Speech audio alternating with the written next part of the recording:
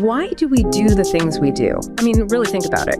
Why do we eat certain foods with certain utensils or feel a deep sense of wrongness about particular actions? Right, or why do we choose a specific person to marry or structure our workplaces in these, particular ways? Exactly. Are these rules written down somewhere? Are they handed to us by governments or philosophers? Or is it something older, deeper? Well, that's the huge question William Graham Sumner dives into in his, frankly, landmark work from over a century ago, Folkways. It's subtitled, A Study of the Sociological Importance of Usages, Manners, Customs, Mores, and Morals. Quite a mouthful, but it gets right to the point. It really does. And it offers this incredibly naturalistic, almost biological view of how our behaviors, our sense of morality, even our social order actually evolve. Not designed, but grown. And that's our mission for this deep dive, listeners. We're going to trace Sumner's argument, which can feel pretty rigorous, maybe even a bit cynical at times. Definitely challenging. Yeah. His idea is that social order, our morals, even our laws, they don't come from some grand plan or a government decree. They bubble up organically from just generations of habit, experience, the sheer grind of trying to survive. It's fascinating because he completely flips the script on how we usually think about society.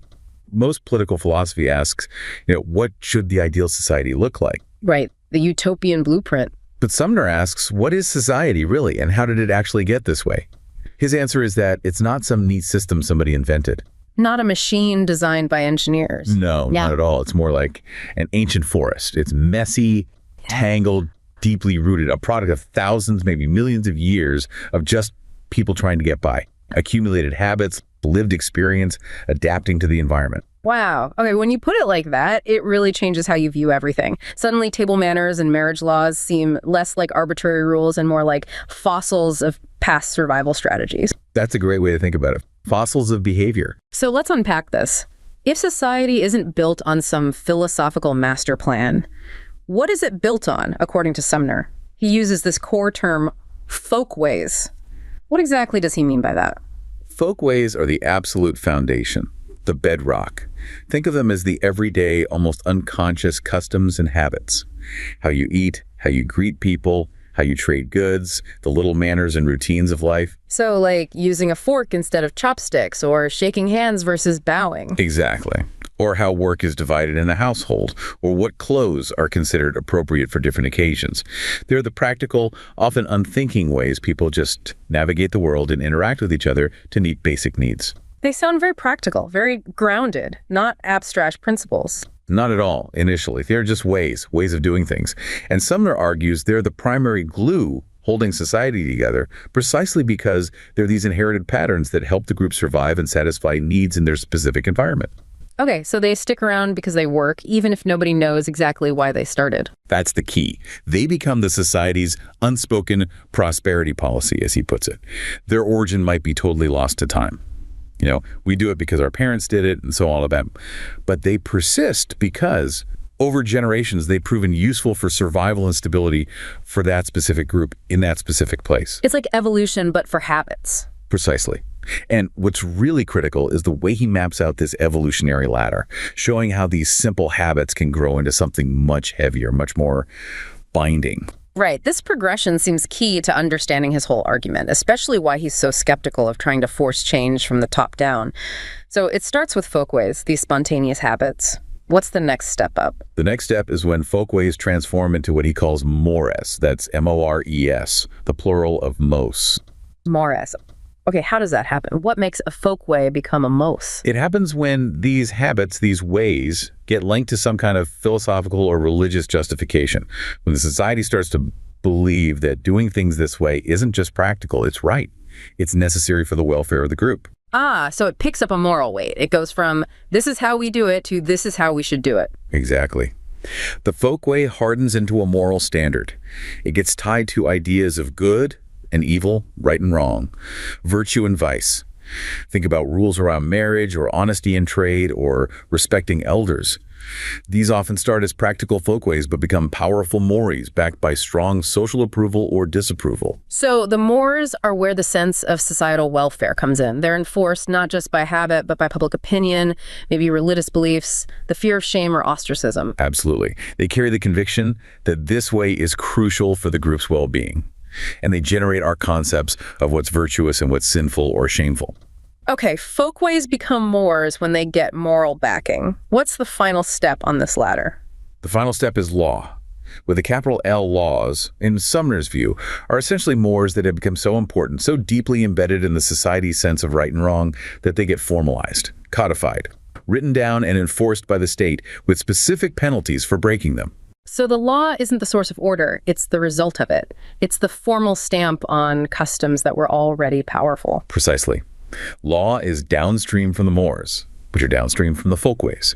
It's a reflection, often a belated one, of what the people already believe and practice. The customs create the morality, and the morality eventually shapes the law. This whole framework, folkways to mores to law, leads us straight into Sumner's really, really naturalistic view of morality itself. It can be unsettling. Profoundly naturalistic, almost biological, as I said. He basically throws out the idea that societies sit around, use pure reason, and invent their moral codes or political systems from scratch. No grand committee meetings deciding on virtue. No. He argues we inherit these patterns of behavior, these folkways and mores, because they worked. They helped our ancestors survive and maintain stability in their particular corner of the world. Nature, in his view, is completely indifferent to our ideals of good or bad. Indifferent. How so? It doesn't care about philosophy. It only cares about what works for survival and reproduction in a given environment. Customs that help a group thrive, even if they seem harsh to us now, tend to survive. Customs that hinder survival tend to die out, along with the groups practicing them. So it's survival of the fittest custom. You could definitely say that. The laws of survival apply to social habits just as much as they do to biological traits. There's no universal moral code floating out there waiting for us to discover it. So something like, say, a historical custom in a very resource-scarce society that we might find horrifying today, Sumner would argue it wasn't inherently evil, but perhaps a functional folkway or moose swell for that specific brutal context. That's the tough implication, yes. He'd argue its morality was purely contextual, dictated by the harsh realities of their existence. It persisted because it functioned to ensure group survival under those conditions, not because it aligned with some abstract universal principle we might hold dear today. Wow. That really forces you to think differently about judging the past, or even other cultures. Morality becomes relative to the struggle for existence. Exactly. It's tied to geography, resources, history. What works for a desert tribe might be disastrous for a fishing village. The customs that stick are the ones that fit reality, not the ones that fit a philosopher's ideal. Okay, that's a heavy foundation. And it leads us directly into how Sumner viewed the role of wealth in economics, because he doesn't just see economics as part of the picture. No, he sees it as absolutely primary, foundational. He argues that economic forces, the struggle for subsistence, the accumulation of resources, are far more primitive, original, and universal than moral forces. More fundamental than morality. Yes. In fact, he sees economic realities as the handmaidens of morality. The moral structures that arise are shaped by, and ultimately serve, the economic necessities of survival and prosperity. You can't really separate them, but the economic base comes first. If that crumbles, the moral superstructure built on it will likely follow. And he gives a really stark warning about attacking the foundation, particularly what he calls capital. He's incredibly direct about this. He says that denouncing capital is essentially undermining civilization itself. But we need to be clear what he means by capital. It's not just cash in the bank. Right, it's broader than that. Much broader. It's the accumulated products of past labor that enable future production. So tools, weapons, stored food, infrastructure, knowledge, skills, anything that allows you to produce more than you could with bare hands. The means of production, essentially, the surplus. Exactly. And he insists this capital is the absolute prerequisite for any social gain. You want schools, political stability, art galleries, scientific research. You need a capital surplus first. You can't have higher civilization living hand to mouth. So economic reality dictates that advancement requires accumulated capital, and he connects this capital to something he calls the demand for men. That sounds a bit archaic, but what's the idea there? It's a really interesting point. He argues that just having more people, more mouths to feed, doesn't automatically create wealth. In fact, newborns are initially a drain on existing capital. They consume before they produce. Right. The economic demand for people for labor only becomes real when it's backed by existing capital. That means the society has enough surplus resources, food, tools, shelter, to not only support new individuals, but to equip them in a way that actually increases the overall productivity per person. So you need enough capital to make the additional labor more productive, not just spread the existing resources thinner. Precisely. The demand comes when the current producers are willing and able to share their capital, the fruits of their past labor, to bring in new workers or raise the next generation, because doing so allows for greater specialization, better organization, and ultimately more output per capita. If you just add people without that capital base, you just get more competition for scarce resources, which leads to poverty. That economic logic then feeds directly into his analysis of the family, doesn't it? He sees the family unit as deeply tied to this process of capital generation and transmission. Yes, and this is where his analysis gets quite pointed, sometimes controversial. He looks at monogamous marriage, for example, not through a lens of romance, but as a key economic institution. How so? He calls it the most exclusive of social institutions. That exclusivity, the focus of resources, effort, and loyalty on one partner and their offspring, he argues, is a primary engine for accumulating capital and, just as importantly, for passing down what he calls industrial virtues from one generation to the next. Industrial virtues like hard work, thrift, prudence. Exactly. The habits and character traits that lead to economic success and stability. The family, in his view, is the main transmission belt for these crucial survival skills and the capital they generate.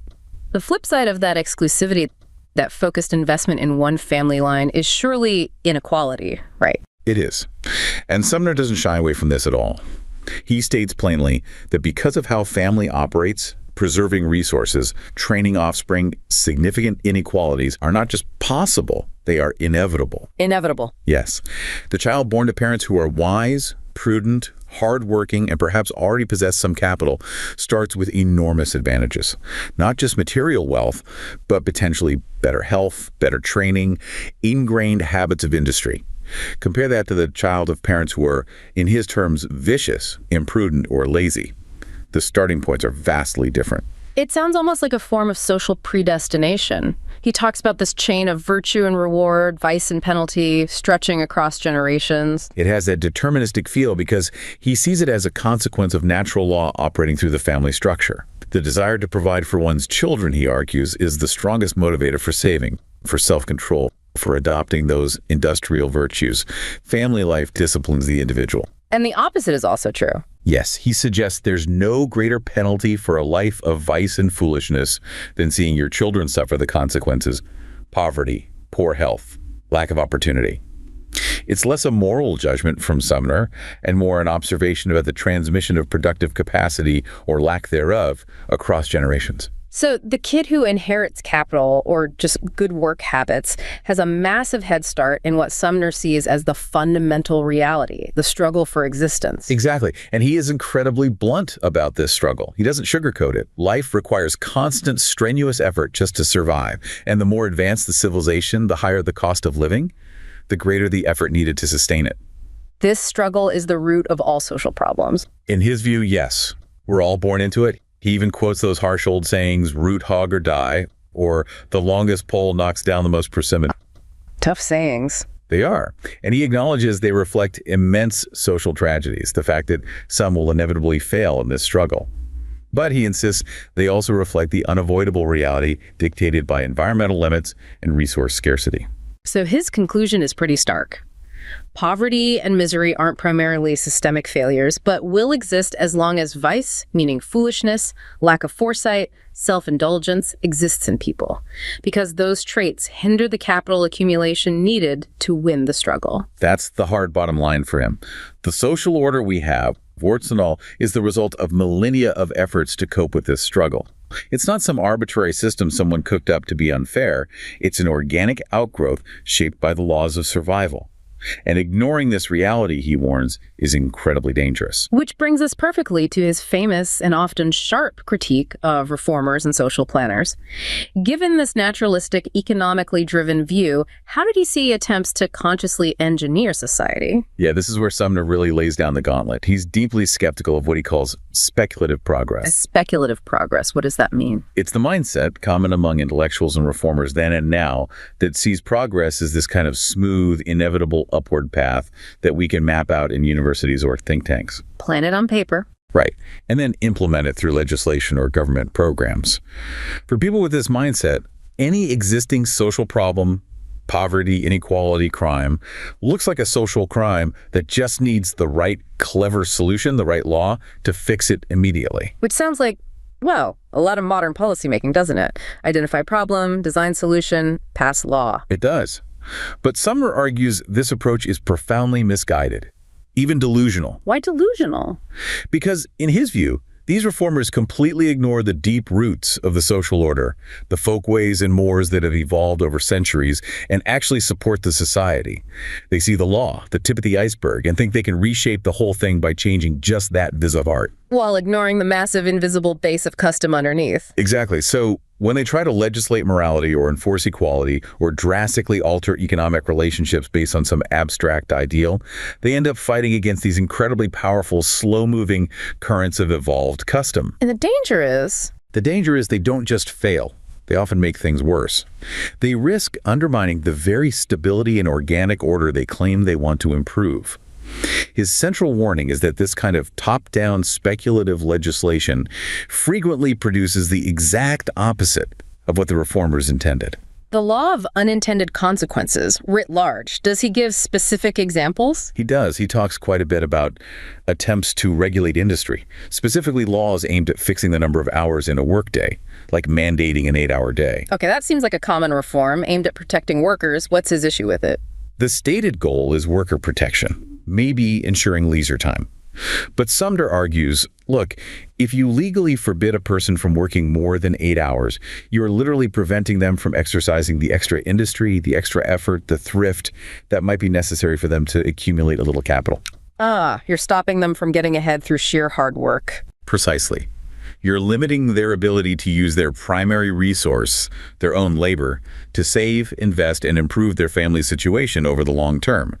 The law, based on a sentiment or an ideal, interferes with the individual's own strategy for navigating the struggle for existence, which often requires that surplus effort.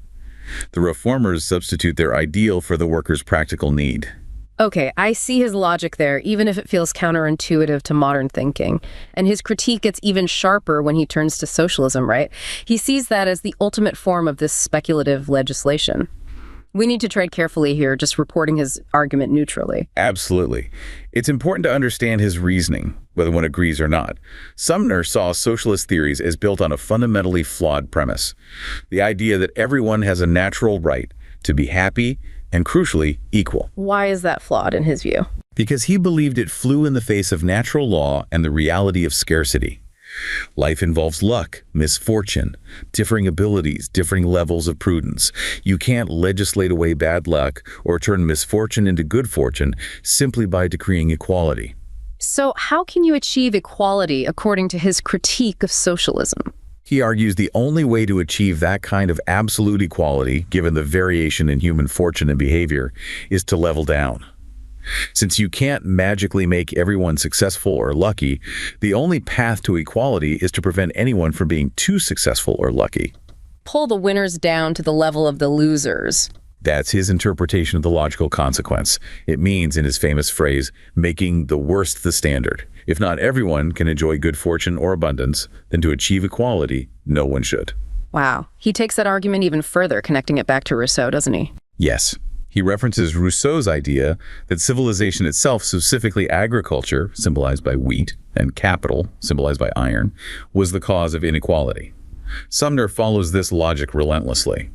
If civilization causes inequality, then the only cure offered by this line of thinking is to dismantle civilization. A return to a pre-civilized state, like hunting and gathering. That's the extreme logical endpoint he points to, and he highlights the staggering cost. To achieve that kind of primitive equality where everyone is perhaps equally miserable due to scarcity, a place like Massachusetts would have to drastically reduce its population, maybe down to a handful of people per square mile, to match the carrying capacity of the land without advanced agriculture or capital. So the pursuit of absolute equality, if taken logically from that anti-civilization premise, leads to mass depopulation and a return to savagery. That's his stark conclusion.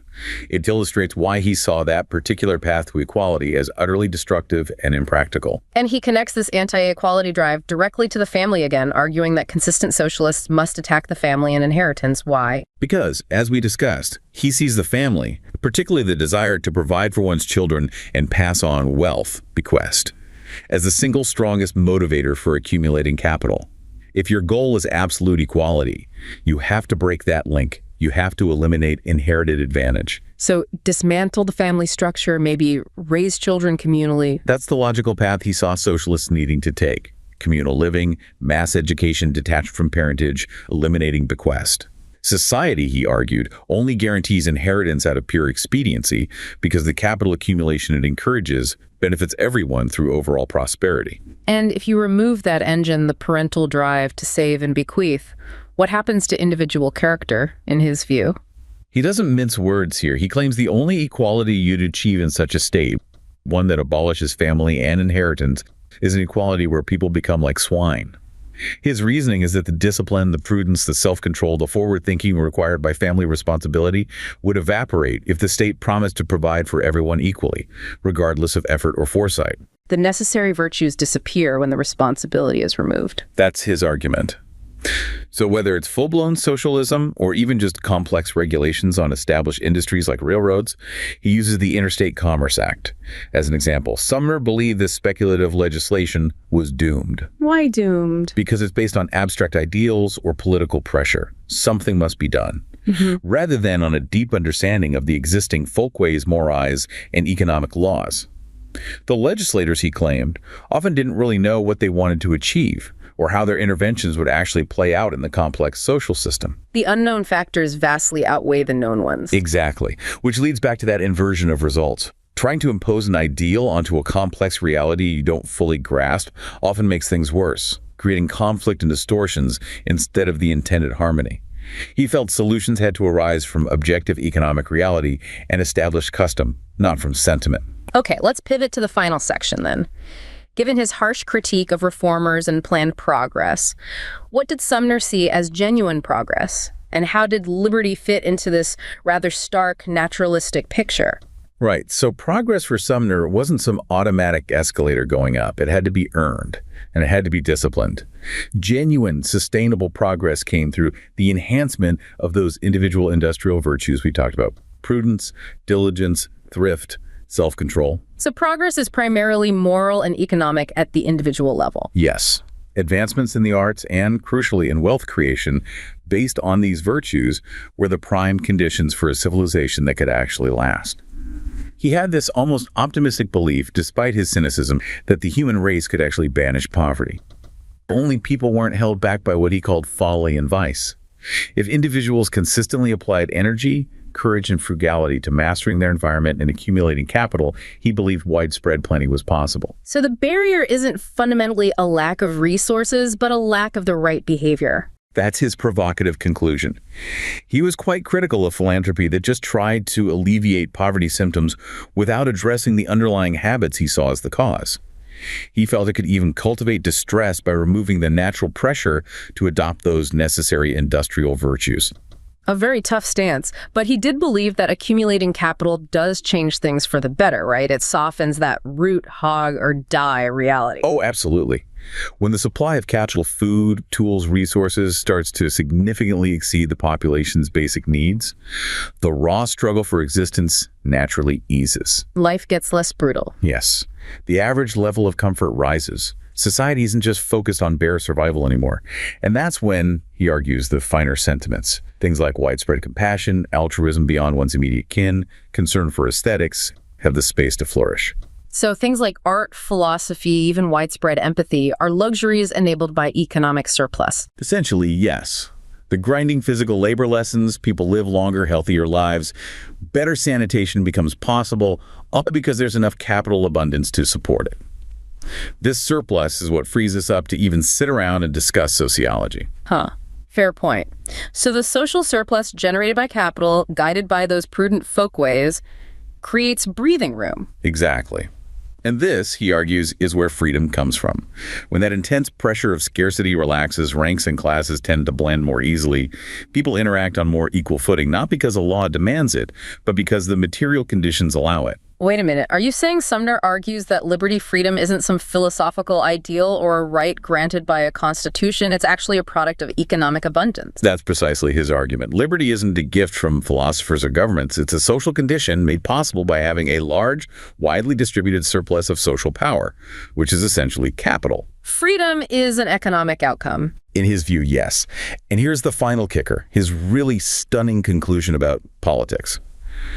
The very existence of widespread democracy, the transfer of political power to the masses. Yeah, what about it? Is, ironically, the ultimate proof of the power of capital. Okay, unpack that. That seems completely backwards from how we usually think about it. Freedom won through struggle against power.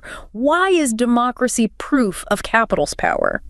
Because, he argues, democracy simply cannot survive, let alone thrive, unless the underlying economic conditions the capital base are strong enough to support the population at a level where they can be responsible, informed citizens. Meaning? Meaning, if the vast majority of people were constantly starving, living in desperate poverty, they wouldn't have the independence, the education, or the energy to participate meaningfully in politics. They'd be forced to submit to anyone offering bare survival. Tyranny thrives on desperation. So it's only because the masses share in the benefits of industrial progress and capital accumulation that they have the standing, the independence, the power to demand representation and maintain democratic institutions. That's his argument. Civic independence rests on a foundation of economic security, which is built by capital. Capital enables democracy, not the other way around. That is a profoundly different way to look at the foundations of a free society. It's not just ideals, it's built on generations of habit, work, and the resulting economic reality. The folkways create the conditions for freedom. It forces you to see society less as something we consciously design and more as something that grows, almost like a natural organism, under the laws of survival and economic necessity. Sumner's great contribution was insisting on this cold, hard look at the evolutionary facts, rather than just focusing on lofty ideals. Okay, let's try to synthesize this for everyone listening. Sumner's core message from Folkways seems to be that the most important things holding society together, order, morality, even our freedoms, aren't handed down from above. They emerge from the ground up, products of centuries of human experience, trial and error, encoded in these deep habits, these folkways. Exactly. They are the accumulated, often unconscious wisdom of generations adapting to the struggle for existence. And this leads to his powerful cautionary note for anyone wanting to change the world. His work is basically saying, you can't just rip up these deep roots and legislate a perfect society into existence based on your ideals. The customs that exist, even the ones we don't like, are there because they functioned within a specific context. Real lasting change has to be slow, organic, perhaps starting with changes in economic conditions or individual habits, not just top-down decrees. So that leaves us with a final provocative thought to chew on. If Sumner is right, if every attempt to radically redesign society from the top down risks ignoring these deep roots and potentially tearing apart the very fabric that supports stability and freedom, what then is the real job of a responsible citizen, or even a sociologist, in a free society? I think Sumner's answer would be humility. The first task is to understand, to really grasp these slow-moving fundamental forces. The folkways, the mores, the economic realities that shape human behavior before you try to change them. Master the objective conditions before attempting to manipulate them.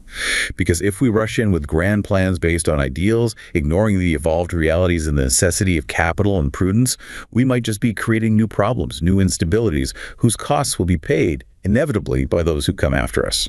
A sobering but maybe essential perspective from William Graham Sumner's Folkways. Well, that's about all the time we have. You've been listening to the deep dive from Wake Up and Smell the Freedom, where ideas percolate. Thanks for joining us as we continue to explore the ideas that shaped liberty and continue to shape us today. Remember, the pursuit of liberty begins with understanding, and understanding begins with asking the right questions. Until next time. Bye-bye.